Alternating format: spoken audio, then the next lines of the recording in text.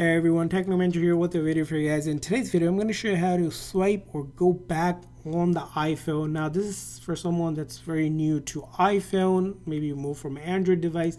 As you know, with the iPhone, there is no back button on the phones. Most phones will be off screen or a home button. So in order to go back, let's show you how that's done. So if I open up app like settings, and let's go ahead and navigate to a page like general, right?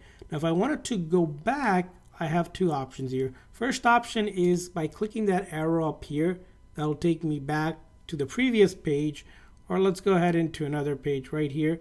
Now if I want to go back, I can take my finger like this, just simply slide it over. Again, the gesture is just you simply tap on something and slide it over. Now it does take a little bit to get used to it. So in the beginning you might be like, all right, how do I go back? You just see, as you can see here, you get used to kind of swiping that side and it'll take you back to the previous page.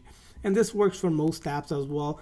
For example, if I go on Safari, let's navigate to a website like Apple, right? If I click on it, there is a back option here, but again, just to make things easier, you can just simply swipe backwards. So if I go on, say buying a phone, clicking on another app, if I want to go back, as you can see, I just keep on swiping till I get to the previous page.